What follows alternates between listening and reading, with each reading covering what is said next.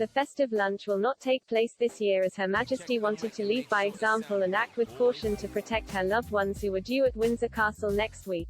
She believes gathering up to 40 members of her extended family is too risky because of the danger of the Omicron variant ruining the season for her relatives.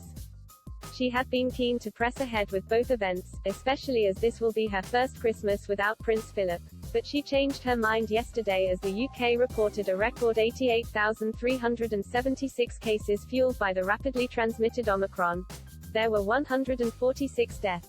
The Queen, 95, had invited wider family members, including her cousins and their children, her late sister Princess Margaret's branch of the family, as well as her own children, grandchildren and great-grandchildren.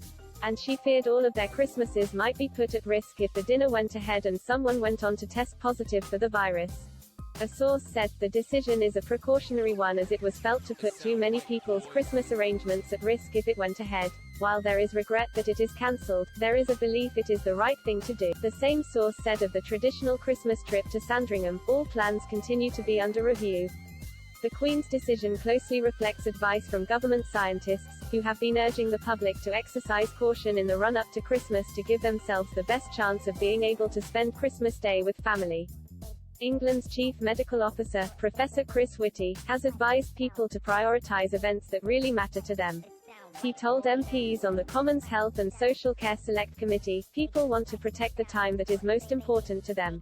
And that does therefore mean in practice, it is sensible for people to cut down on work or other interactions with people, including potentially social ones, which are less important to them so that they reduce their chances of catching COVID. But even the Queen's plans to celebrate Christmas Day with her closest family are also under review amid concerns about a smaller group of perhaps 15 or 20 members of the clan, plus their staff and security, gathering at Sandringham. Some seasoned royal watchers have predicted that she will decide to stay at Windsor as she did last year and travel to Sandringham in January for her customary winter visit. Joe Little, managing editor of Majesty magazine, is one of them. He said, I just can't see her sitting down on Christmas Day with all 4 of her children and their families. Might it be better for her to stay at Windsor and go to Sandringham after Christmas?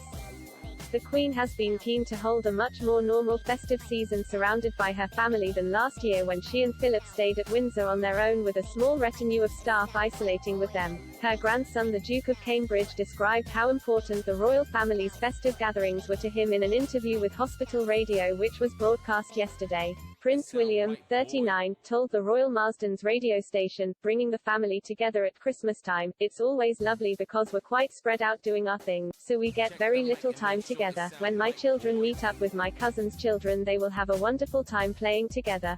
It's very special, so I look forward to that lots. He said having children made it a whole different ballgame of noise and excitement but, in his discussion with children at the specialist cancer hospital, he also acknowledged the toll that COVID had taken on family Christmases. Asked what he would do if he were in charge of Christmas Day, he said, I think he'd have to make sure everyone could enjoy it, so we'd have to bring everyone together, have a big party, and there would definitely be no COVID, and there certainly wouldn't be any cancer in the world if I was in charge for the day. His grandmother and the rest of the family are concerned that anything they do reflects government advice and does not endanger others.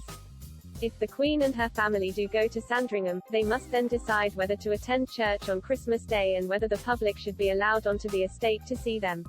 Normally up to 2,000 people gather to watch the Queen arrive by car and the rest of the family walk from the house to St. Mary Magdalene Church on the estate. Although government guidelines allow for that many people to gather without submitting COVID passes, the Queen's advisors are keen to avoid any suggestion that they have encouraged an event that spreads the virus. New guidelines for churches in England, requiring worshippers to wear face masks, apart from during singing and readings, have also raised doubts about whether the monarch will attend church on Christmas Day. In the past she has stayed away from church services when heightened safety restrictions have been in place.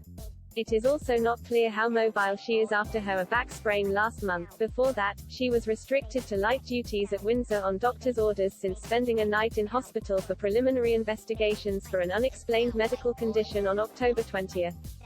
Buckingham Palace declined to comment. Analysis by a second COVID Christmas certainly presents enough tricky decisions for the ordinary family, but the problems are multiplied for the Queen. She has to decide what is best for her personally, for her family and her employees.